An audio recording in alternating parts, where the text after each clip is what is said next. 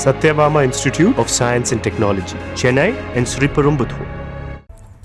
சிவகங்கையில் மாவட்ட திமுக நிர்வாகி வெட்டி படுகொலை செய்யப்பட்ட சம்பவத்தில் உடலை வாங்க மறுத்து உறவினர்கள் சாலை மறியல் போராட்டத்தில் ஈடுபட்டுள்ளனர்.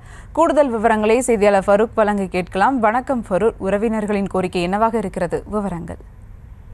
வணக்கம் சுபா.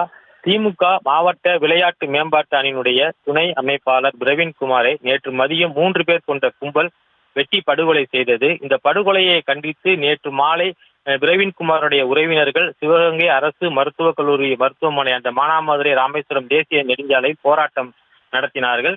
போலீசார் அவர்களுடன் பேச்சுவார்த்தை நடத்தி குற்றவாளிகளை விரைந்து கைது செய்வதாக உறுதியளித்ததை தொடர்ந்து அவர்கள் கலைந்து சென்றார்கள். காவல்துறை 3 தனிப்படைகளை அமைத்து நேற்று இரவு 3 நபர்களை கைது செய்துள்ளது. பிரவீன்குமாரின் சொந்த ஊரான சாமியார்பட்டியைச் சேர்ந்த கருணாகரன், சிவகங்கை காலவாசல் பகுதியைச் சேர்ந்த பிரபாகரன், திருப்புத்தூர் பகுதியைச் சேர்ந்த குரு என்ற 3 நபர்களை இருசக்கர வாகனத்தில் சுற்றித் திருந்த போது காவல்துறை விரட்டி பிடிக்கும் போது அவர்கள் விழுந்ததில் 3 நபர்களுக்கும் கால் முறிவு ஏற்பட்டு அவர்கள் 3 பேரையும் போலீசார் கைது செய்து சிவகங்கை அரசு மருத்துவக் கல்லூரி மருத்துவமனையில் சேர்த்துள்ளார்கள். இந்த நிலையில இன்று காலையும் பிரவீன்குமாரின் உடலை வாங்க மறுத்து அவருடைய உறவினர்கள் மானாமதுரை ராமேஸ்வரம் தேசிய நெடுஞ்சாலையில் ஒரு 200க்கும் மேற்பட்ட பெண்கள் மற்றும் அந்த ஊரைச் சேர்ந்த மக்கள் சாலை மறியல் போராட்டத்தில் ஈடுபட்டு வருகின்றார்கள்.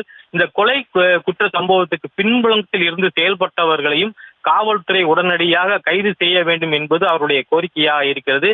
தற்போது காவல்துறை அவருடன் பேச்சுவார்த்தை நடத்தி வருகிறது.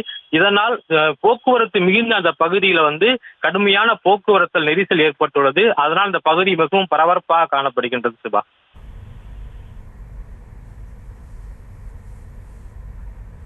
விவரங்களுக்கு நன்றி Farooq. Satyabama Institute of Science and Technology, Chennai and Sriperumbudur.